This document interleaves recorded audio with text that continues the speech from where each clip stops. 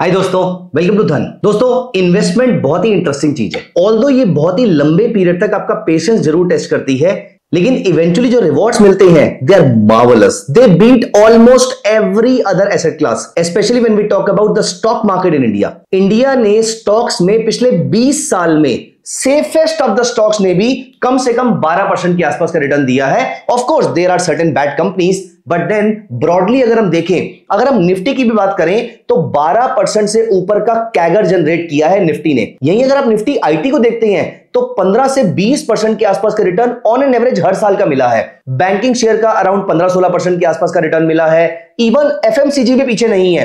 अगर आप metal companies देखें तो उन्होंने भी अपनी साइकिल में कमाल का परफॉर्म किया है। शुगर स्टॉक्स देखें, ऑटो स्टॉक्स देखें, फार्मा देखें, इन सारे सेक्टर्स ने मिला के इंडिया के इन्वेस्टर्स को एक बहुत ही शानदार बूस्ट दिया है, कैपिटल मार्केट में इन्वेस्टमेंट करने की मोटिवेशन दी है। एंड दोस्तों, मेरा पर्सनली ये मानना है कि इंडिया की ग्रोथ अभी ये रुकने वालों में से नहीं है। India is currently in its one of the best forms. और मैंने पिछली वीडियो में आपसे इस बारे में डिस्कशन भी करी थी, जहां पर मैंने आपसे पूछा था कि व्हाट इज डेमोग्राफिक डिविडेंड। आप में से कुछ लोगों ने मुझे बिल्कुल सही जवाब दिया है और मैं यहां पर उसका आंसर दे देता हूं।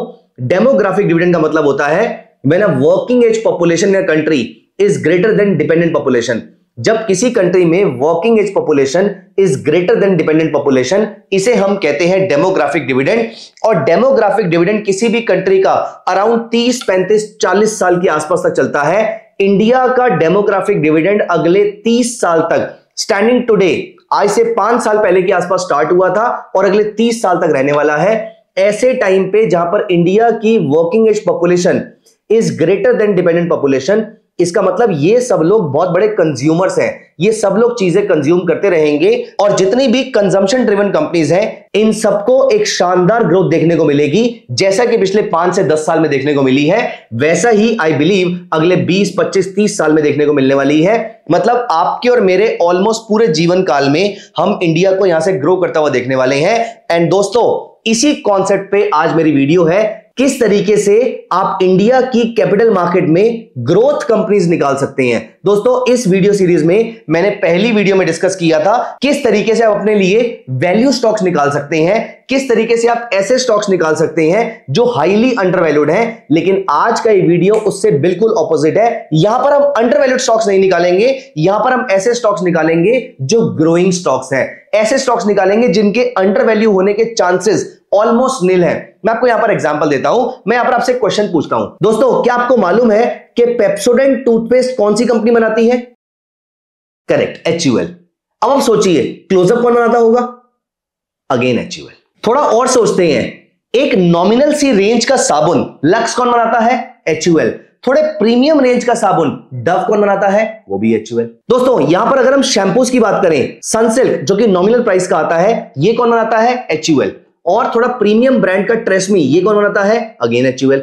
अब आप ऐसे सोचिए, HUL कंपनी आपको लगता है कभी अंडरवैल्यूड हो पाएगी? इसके अपने पैरामीटर्स हैं अंडरवैल्यूएशन के, इसके हिस्टोरिकल पी के नीचे अगर जाएगी तो हां अंडरवैल्यूड हो सकती है। लेकिन जो हमारा एक जेनेरिक रूल था, जहां पर हम 20 से नीचे का प्राइस टू अर्निंग मल्टीपल ढूंढ रहे थे, क्या उस पैरामीटर पे, क्या उस कंडीशन पे, क्या उस डेफिनेशन पे ये कभी फिट बैठेगी? नहीं। दोस्तों, इसीलिए ऐसी कंपनीज अपने पोर्टफोलियो में कैसे लाई जाएं जो कभी अंडरवैल्यूड होंगी ही नहीं, ऐसी कंपनीज जो लगातार बढ़ती रहती हैं। तो यहां पर हमारा फिनोमिनन ये नहीं है buy low and sell high, यहां पर हमारी फिलॉसफी है buy high and sell higher.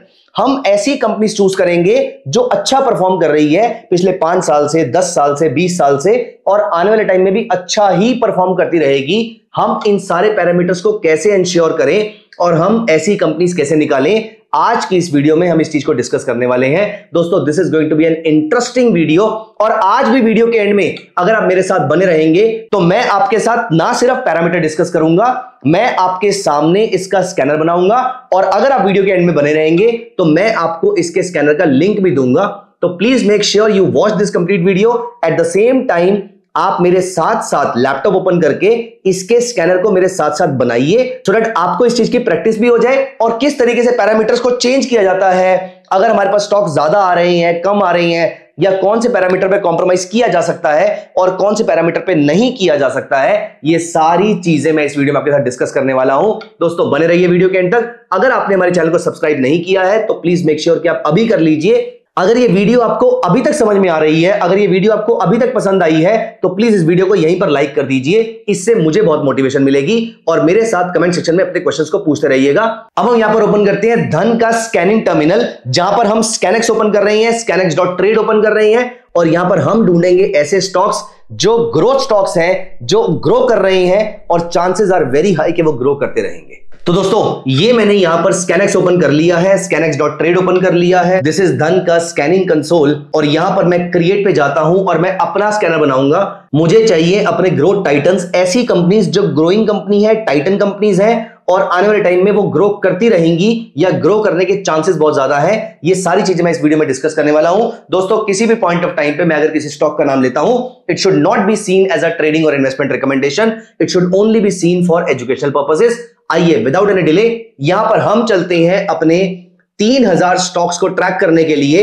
Of course यहां पर इतने सारे स्टॉक्स आपको दिख रहे हैं और इंडिया में ये स्टॉक्स की लिस्ट लगातार बढ़ती जा रही है। Let me tell you a fun fact here, India में the total number of listed stocks is almost the highest in the world और किसी कंट्री में इतने स्टॉक्स नहीं है जितने इंडिया में ट्रेड होते हैं। तो यहां पर अगर आप अभी तक इंडिया की कैपिटल मार्केट और इंडिया की ग्रोथ स्टोरी के पार्ट नहीं बने हैं, I can safely say that you are most likely missing the bandwagon. आपको जल्दी से जंप कर लेना चाहिए इंडिया की इन्वेस्टमेंट स्टोरी पे। यहां पर हम क्रिएट पे चलते हैं। दोस्तों ग्रोथ स्टॉक्स की सबसे बड़ी प्रॉब्लम होती है जब कभी मार्केट्स गिरती हैं तो इनमें करेक्शन भी आ सकती है, लेकिन हम सबसे पहले ऐसे स्टॉक्स को तो बाहर ही कर देंगे जिनमें करेक्शन आने के चांसेस बहुत ज्यादा होंगे। दोस्तों जो कंपनीज लगातार ग्रो कर रही हैं, जो कंपनीज अपने शेयर होल्डर्स के लिए अच्छे रिटर्न्स जनरेट करती जा रही हैं, जिनको डेट का कोई प्रॉब्लम नहीं है, जिनको इंटरेस्ट पेमेंट का कोई प्रॉब्लम नहीं है, दोस्तों इन स्टॉक्स में आपको वोलेटिलिटी सबसे कम मिलेगी। मतलब एक बार आपने इनको परचेज कर लिया, एक बार आपने इनको बाय कर लिया, इनको एक्यूमुलेट कर लिया, तो उसके बाद आपको इसके प्राइसेस को बार बार देखने की जरूरत नहीं है। आप इन्वेस्टर हैं, आप ट्रेडर नहीं है, आपको स्टॉक प्राइसेस बार बार नहीं देखने चाहिए। तो आपके पोर्टफोलियो में ऐसे स्टॉक्स होने चाहिए जिसमें आपको स्ट्रेस ना हो, जिसमें आपको टेंशन ना हो। और ये स्ट्रेस और टेंशन हटाने के लिए मैं यहां पर 2 पैरामीटर्स ऐड कर रहा हूं। दोस्तों ये दोनों पैरामीटर्स बहुत ही इंपॉर्टेंट और बहुत ही कमाल के पैरामीटर्स हैं।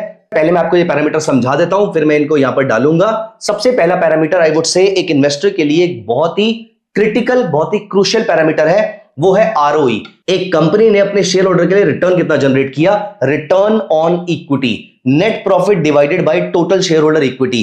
कितना रिटर्न जनरेट हुआ डिवाइडेड बाय कितनी इक्विटी कंपनी ने इशू कर रखी है, मतलब एक शेयर होल्डर ने कितना रिटर्न कंपनी से कमाया है। यहां पर सबसे पहले हम ऐड फिल्टर्स में चलते हैं और यहां पर हम पैरामीटर डाल देते हैं रिटर्न ऑन इक्विटी। दोस्तों रिटर्न ऑन इक्विटी वैसे तो जितनी ज्यादा होगी उतनी अच्छी बात है, लेकिन मैं कहता हूं कि कम से कम 15% के आसपास तो होनी ही चाहिए।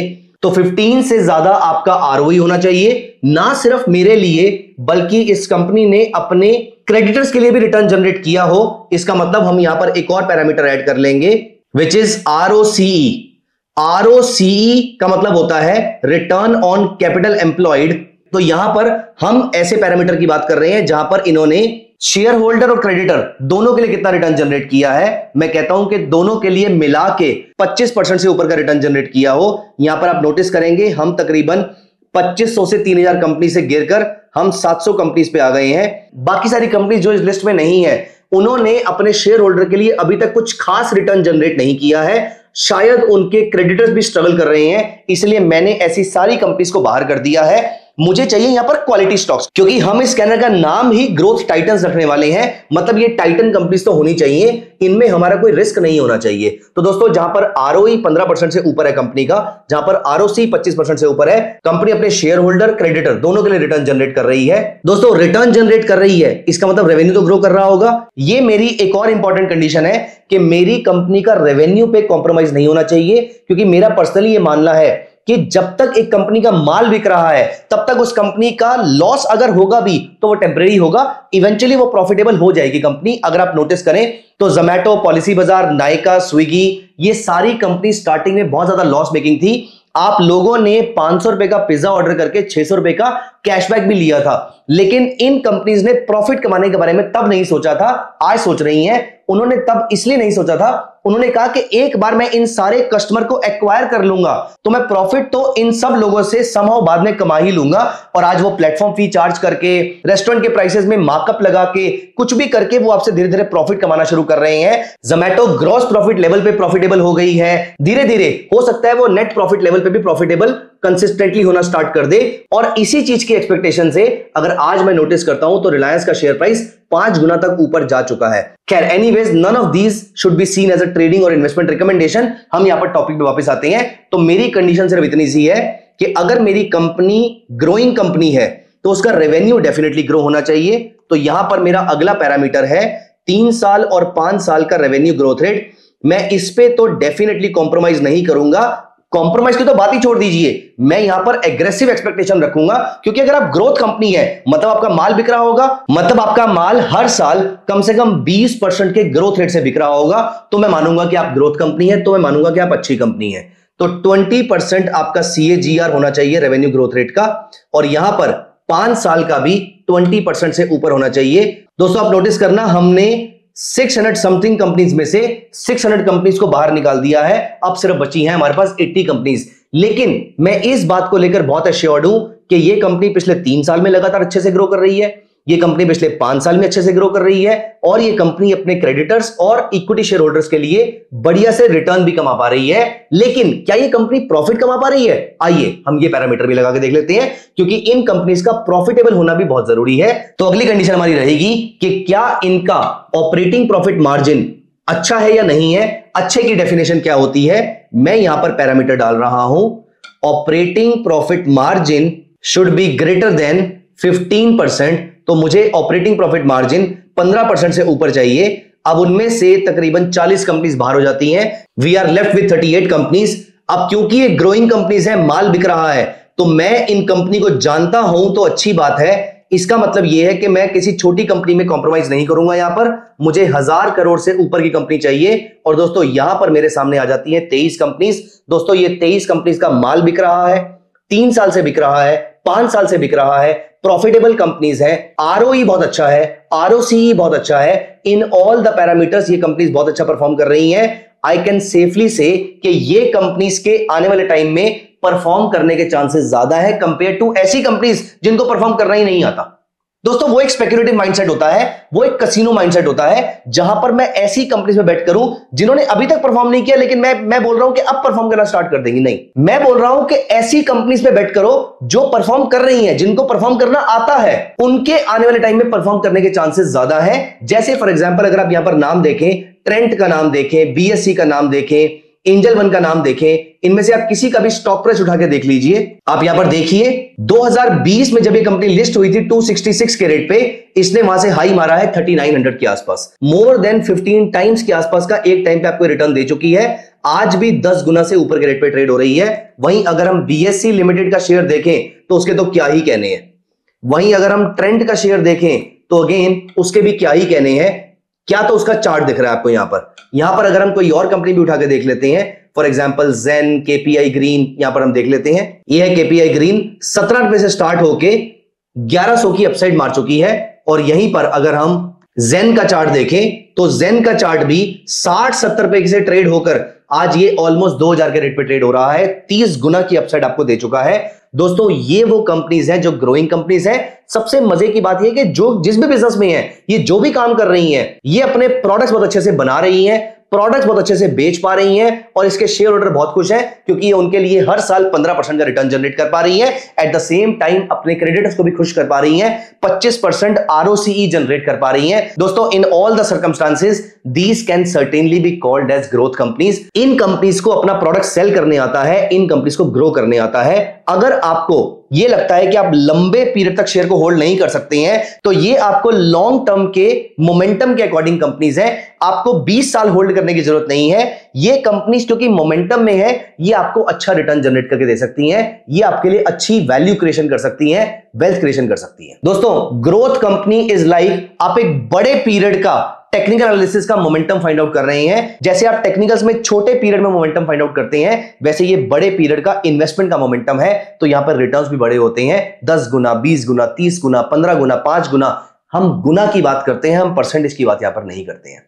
दोस्तों, this is all about growth investing. दोस्तों, मैं ये स्क्रीनर आपके लिए सेव कर देता हूं। अगर आपको इसका लिंक चाहिए तो आप मुझे कमेंट में बता दीजिएगा। हमने यहां पर वैल्यू इन्वेस्टिंग और ग्रोथ इन्वेस्टिंग दोनों पे एक वीडियोस करी हैं। अभी मैं आपके साथ ये भी डिस्कस करना चाहता हूं कि वॉरेन बफेट की अप्रोच क्या होती है, वो किस तरीके से अपने लिए कंपनीज ढूंढते हैं। दोस्तों, that's a beautiful thing. I would say in तीनों में से सबसे फैसिनेटिंग तरीका वॉरेन बफेट का तरीका है, जहां पर you follow the Garp approach, growth at reasonable price, या मैं बोलूं ब्लेंड इन्वेस्टिंग।